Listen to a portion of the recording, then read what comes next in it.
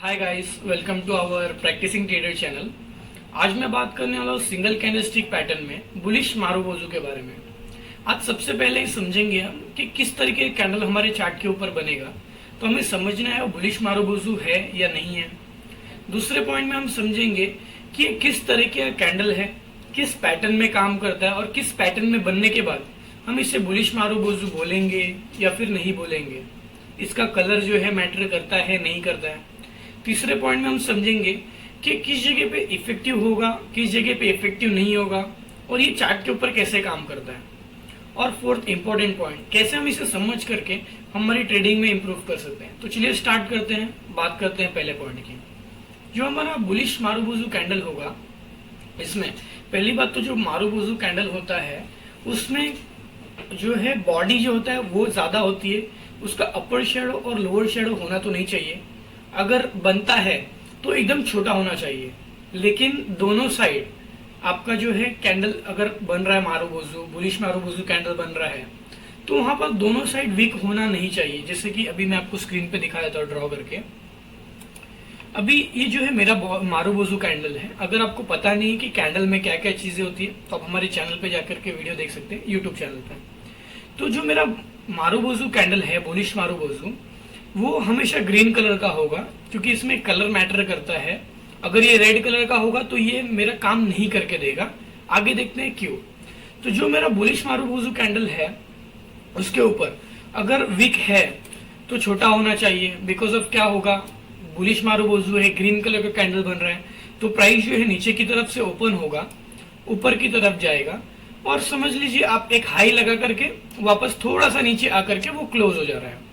तो इस तरीके से जो है अगर शैडो है, अपर शैडो है, लोअर शैडो है तो भी चलेगा, लेकिन छोटा होना चाहिए। नहीं है तो हमारे लिए बेस्ट है, लेकिन अगर होगा तो आपको ध्यान देना है कि वो दोनों साइड नहीं होना चाहिए। अगर दोनों साइड बन रहा है, ज्यादा बड़ा बन रहा है, तो हमारा बुलिश मारुबोजू नहीं होगा या फिर मारुबोजू कैंडल भी नहीं होगा। बात करते हैं दूसरे पॉइंट की। जो ये हमारा बुलिश मारुबोजू कैंडल है, ये ट्रेंड रिवर्सल कैंडल है, ये ट्रेंड को रिवर्स करता है। और बुलिश मारुबोजू जो है ये आपका एक डाउन ट्रेंड को, मतलब एक गिरते हुए मार्केट को चढ़ते हुए मार्केट में, मतलब अप ट्रेंड के लिए रिवर्स करता है। तो ये हमेशा जो है एक डाउन ट्रेंड से अप ट्रेंड के लिए काम करता है। तो हमेशा जो है आपको ये बॉटम में मिलेगा। तो आपको जब भी ध्यान देना है कि अगर ये टॉप के ऊपर अगर आपको मिल रहा है, कलर ग्रीन है, तो हमारा मारुबोजू कैंडल ही है, लेकिन वहां पर जो है ये काम नहीं करेगा। बिकॉज ऑफ क्या है, हमारा जो बुलिश मारुबोजू है वो आपका एक डाउन ट्रेंड को रिवर्स करता है अप के लिए। ठीक है, अब बात करते हैं तीसरे पॉइंट की। अब जो हमारा बुलिश मारुबोजू कैंडल है ये इफेक्टिव किस किस जगह पे होगा। हमारा जो बुलिश मारुबोजू कैंडल है ये आपको हमेशा अगर किसी लोअर लेवल पे मिल रहा है, डाउन पे मिल रहा है, तो उस जगह पे ये इफेक्टिव होगा। अगर उसके नीचे जहां पर ये बन रहा है वहां पर कोई सपोर्ट है तो भी चलेगा। और किस जगह पे काम नहीं करेगा, अगर ये आपको हायर हाई पे मिल रहा है तो वहां पर काम नहीं करने वाला है। अगर वहां पर आप रिस्क लेते हो तो वहां पर ज्यादा चांसेस है आपके स्टॉप लॉस हिट होने के। अगर प्राइस रेंज में ट्रेड कर रहा है, किसी रेंज में प्राइस उस रेंज को तोड़ रहा नहीं है, तो वहां पर भी आप रिस्क मत लीजिए। और बेस्ट जगह कैसा होगा कि अगर हमें ट्रेंड के साथ में अगर इसको निकलने के लिए मिलेगा तो ये हमें एकदम हायर लो पे या फिर लोअर लो पे अगर ये मिलता है बुलिश मारुबोजू कैंडल, तो उस जगह पे भी अच्छी तरीके से काम करेगा। चार्ट के ऊपर देखते हैं कि किस तरीके से ये काम करता है। यहाँ पर मैंने निफ्टी 50 का 15 मिनट्स का चार्ट लगा हुआ है। मैं हमेशा प्रेफर करता हूँ कि आप 15 मिनट्स के चार्ट पे ही एनालाइज कीजिए, क्योंकि जितना बड़ा टाइम फ्रेम बड़ा रहता है उतना आपका जो स्ट्रैटेजी या फिर जो एनालिसिस रहता है वो स्ट्रांग होने का चांसेस रहता है। तो यहाँ पर अभी जो लास्ट ट्रेडिंग सेशन है निफ्टी 50 में वो 14 जून का है, फ्राइडे का। तो यहाँ पर आप देख पा रहे हो जो ये ग्रीन कैंडल बना हुआ है ये मेरा मारुबोजू कैंडल ही है, क्योंकि लाइव मार्केट में जब आप बैठेंगे तो वहां पर प्रॉपर आपको कैंडल नहीं मिलेगा। ठीक है, यहाँ पर मुझे मिल रहा है अपर शैडो, आप देख पा रहे हैं, इसको जूम कर देता हूं। इसमें देख सकते हैं आप बॉडी बहुत बड़ा है, लोअर पॉइंट पे भी मिल रहा है। मैं डेली बेसिस के हिसाब से देख रहा हूँ तो यहाँ पर 14 जून जो है यहाँ पर चालू हुआ है, ठीक है, और यहाँ पर खत्म हो रहा है। तो ये लोअर पॉइंट पे मुझे डे के मिल रहा है मारुबोजू। इसका अपर शेडो है एकदम ना के बराबर है, तो इसको आप कंसिडर कर सकते हैं कि ये जो है आपका बुलिश मारुबोजू है। लोअर शैडो है, छोटा है। यहां से आप देख सकते हो प्राइस ऊपर की तरफ गया है, वापस आकर के मारुबोजू को कट नहीं कर रहा है, या फिर उसका 50% भी अभी तक क्रॉस नहीं किया, मतलब नीचे की तरफ। यहाँ पर अच्छा एक ऊपर का मूवमेंट मिल गया। एग्जाम्पल और देख लेते हैं पीछे की तरफ। हमेशा याद रखना है कि अगर आपको ऊपर के लेवल पे मिलेगा तो काम नहीं करेगा। जैसे कि यहाँ पर मैं आपको दिखा देता हूँ, ये आप देख पा रहे हो, ये भी जो है हमारा बुलिश मारुबोजू का ही कैंडल है, ये ग्रीन कैंडल। लेकिन ये इस जगह पे काम क्यों नहीं किया? बिकॉज ऑफ क्या हो रहा है कि यहाँ पर पहले भी आप देख सकते हो एक रेजिस्टेंस है। एक मिनट दीजिएगा, मैं इसको मार्क कर देता हूं। यहां पर आप देख सकते हो यहां पर एक रेजिस्टेंस है, और रेजिस्टेंस के ऊपर आपको मिला हुआ है मारुबोजू कैंडल। अगर ये लो पे मिलता तो मैं इसको कंसिडर भी कर सकता था कि ट्रेंड चेंज हो सकता है। लेकिन यहां पर क्या हो रहा है कि आपको ऊपर की तरफ मिला है, वहां से जो है ज्यादा चांसेस रहता है कि आपका नीचे आ जाए।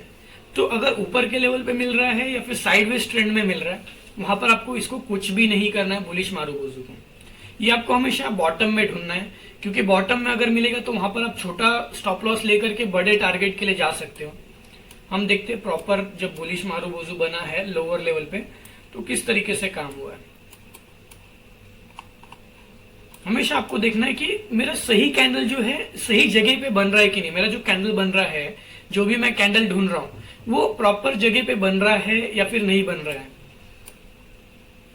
अब यहां पर भी आप देख सकते हो, ये भी जो है हमारा बुलिश मारुबोजू जैसा ही है। इस डे में ये जो हमारा 6 तारीख का, नीचे यहाँ पर आपको डेट और मंथ एंड एवरीथिंग दिख रहा है। तो यहाँ पर जो ये मेरा कैंडल है मुझे लोअर पॉइंट पे मिला है। यहाँ पर एक नीचे सपोर्ट भी आप बोल सकते हो, यहाँ पर नीचे एक सपोर्ट है, वहां पर मिल रहा है। यहाँ पर क्या हुआ है, इसका अपर शैडो और लोअर शैडो बहुत छोटा है, मतलब आप कंसीडर उसको कर सकते हो कि आपका मारुबोजू कैंडल ही है। उसके बाद प्राइस ऊपर भी गया है, लेकिन पहले एक ऊपर की तरफ गया, नीचे आया, फिर उसके ऊपर रिट्रेस करके गया है। यहाँ पर आपको जब भी किस तरीके से इंप्रूव करना है, मैं आपको और एक कैंडल दिखाया था, उसके बाद बताता हूँ कि किस तरीके से आपको इंप्रूव करना है आपकी ट्रेडिंग में। तो यहाँ पर और एक मारुबोजू कैंडल देख लेते हैं चार्ट के ऊपर, अगर हमें मिलता है तो अभी, क्योंकि लोअर पॉइंट्स पे ढूंढने हमें। ओके, तो जैसे कि अभी यहाँ पर भी मैं देख पा रहा हूँ, ये भी आप देख सकते हैं, ये भी हमारा जो है बुलिश मारुबोजू जैसा ही है। मैं अभी बात कर रहा हूँ खाली बुलिश मारुबोजू कैंडल के बारे में भी। ये कैंडल्स जो है मल्टीपल कैंडल्स में दूसरे कैंडल पैटर्न में भी आ रहे हैं, लेकिन खाली हम बात कर रहे हैं बुलिश मारुबोजू के बारे में, तो मैं उसी के बारे में आज आपको बताऊंगा। यहाँ पर आप देख सकते हो, ये भी जो है मेरा बुलिश मारुबोजू कैंडल है। यहाँ पर अपर साइड में शैडो है तो वो छोटा है, उसके नीचे साइड में शैडो नहीं है। आप बोल सकते हो सपोर्ट भी आप उसको कंसिडर कर सकते हो, बिकॉज ऑफ यहाँ पर प्राइस आकर के सेलर नीचे जा रहे थे लेकर के प्राइस को स्ट्रॉन्ग तरीके से, लेकिन इसके नीचे जो है प्राइस गया नहीं है। और जो हमारा मारुबोजू कैंडल बना है वो जहां से बना है वहीं से ऊपर गया है, उसने लो लगाया नहीं है, कोई भी लोअर शैडो बनी नहीं है। तो आपको माइंड में हमेशा क्या रखना है, अगर आपको दोनों साइड में वीक मिल रहा है और छोटा छोटा मिल रहा है, तो आपको माइंड में हमेशा ये चीज रखना है कि ये मेरा मारुबोजू कैंडल ही है। ट्रेंड चेंज भी होगा, लेकिन चांसेस वहां पर हो सकते हैं कि ये वीक हो जाए, ट्रेंड जो चेंज हो रहा है ये वीक हो जाए। अगर आपको प्रॉपर कैंडल मिल रहा है तो आप उसको एग्जीक्यूट कर सकते हैं अच्छी तरीके से, लेकिन आपको ये ध्यान में रखना है मल्टीपल कंफर्मेशन होना जरूरी है। अब कैसे हम इंप्रूव करेंगे ये मैंने आपको बता दिया। ये भी जो हमारा बुलिश मारुबोजू है, यहाँ पर भी जो आप देख रहे हैं कैंडल, ये भी हमारा बुलिश मारुबोजू कैंडल ही है। और यहाँ पर मुझे जो है मल्टीपल कंफर्मेशन होना जरूरी है। तो यहाँ पर मुझे सपोर्ट भी मिल गया, बुलिश मारुबोजू मिल गया। अभी कैसे इसको एग्जीक्यूट करना है, मैं कैसे इसकी इस जगह पे एग्जीक्यूट करूंगा।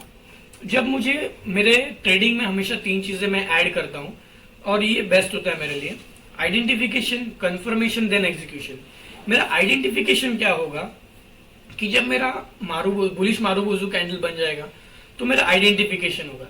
अब पहले बात करते हैं सेलिंग के हिसाब से। अगर सेलिंग की हुई है पहले से ही, क्योंकि यहां से आप देख रहे हो प्राइस नीचे की तरफ आया, आप कंसिडर कीजिए कुछ इस लेवल पे, मैं मार्क कर देता हूं, इस लेवल पे या फिर इस लेवल पे आपने सेलिंग की हुई है, सेलिंग का पोजीशन आपने क्रिएट किया हुआ है, फ्रेश पोजीशन। तो अभी आपको क्या करना है, किस तरीके से इंप्रूव करना है। अब आप कहीं पर तो प्रॉफिट बुक करेंगे, यहाँ पर एक ग्रीन कैंडल बीच में बना, आपने प्रॉफिट बुक नहीं किया, ठीक है। यहाँ पर जब बुलिश मारुबोजू बन गया, आपको पता ही ये रिवर्सल ट्रेंड का कैंडल है, आपका जो डाउन ट्रेंड है उसको रिवर्स कर देगा बुलिश के लिए। तो आपको माइंड में क्या रखना है, मल्टीपल चीजें होनी चाहिए। मैं कैसे करूंगा, अगर मैंने सेलिंग की हुई है तो मैं वहां पर देखूंगा कि अगर बुलिश मारुबोजू बन गया तो मेरा आइडेंटिफिकेशन हो गया, ठीक है। उसके बाद जो मेरा सेलिंग का स्ट्रॉन्ग कैंडल है, जैसे कि जिसमें सेलर स्ट्रॉन्ग थे, प्राइस नीचे आ रहा था यहां से, तो इसमें सेलर स्ट्रॉन्ग थे। तो जो मेरा मारुबोजू के पहले का कैंडल है या फिर उससे पहले का कैंडल, क्योंकि मारुबोजू के पहले का कैंडल जो है उसे मारुबोजू ने कवर कर लिया, तो उससे पहले का जो कैंडल है, ये कैंडल आप देख पा रहे हो यहाँ पर 12 PM का जो कैंडल है 4 जून का, उसमें क्या हुआ है, वो सेलर स्ट्रॉन्ग थे।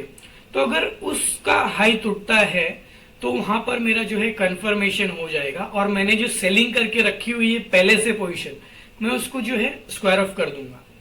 अगर मुझे फ्रेश बाइंग करनी है तो मैं कैसे इंप्रूव करूंगा उसमें, समझ लीजिए डाउन ट्रेंड आ गया, मैंने वहां पर कुछ भी पोजीशन वगैरह क्रिएट नहीं किए, मैं बैठा हूं मार्केट में, अभी भी मैं बुलिश हूं, ठीक है।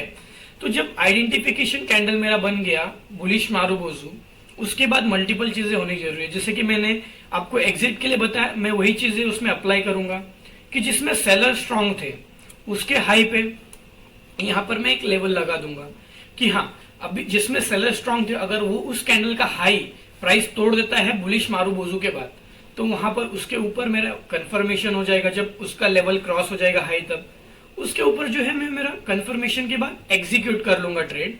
और इसमें हमेशा जब बुलिश मारुबोजू के हिसाब से आप न्यू फ्रेश पोजीशन बाइंग के लिए ऐड करते हैं बुलिश मारुबोजू के हिसाब से, तो उसका स्टॉप लॉस जो है आपको बुलिश मारुबोजू के नीचे रखना है। यहां पर आप रख सकते हैं जो उसका लोअर पॉइंट है, लोअर पॉइंट पे अगर रख रहे हैं तो भी बेस्ट है। अगर उसमें थोड़ा सा पॉइंट, ये तो बहुत बड़ा कैंडल बन चुका है, तो इसमें ये बड़ा कैंडल बन चुका है तो आप इसका 50% भी रख सकते हैं, लेकिन मैं आपको प्रेफर करूंगा हमेशा लो पे रखिए, या फिर लो पर से थोड़ा सा बफर दे करके, मतलब 2-5 पॉइंट एक्स्ट्रा छोड़ करके उसके नीचे आप जो है आपका स्टॉप लॉस रख लीजिए। तो आप यहां पर आप देख सकते हो एक अच्छा मोमेंट आप कैप्चर कर सकते हैं, एक अच्छा प्रॉफिट बना सकते हैं छोटा स्टॉप लॉस लेकर के, या फिर 1:1, 1:2 आप अपने हिसाब से उसमें मल्टीपल चीजों को ऐड करके इंप्रूव कर सकते हैं। Thank you guys.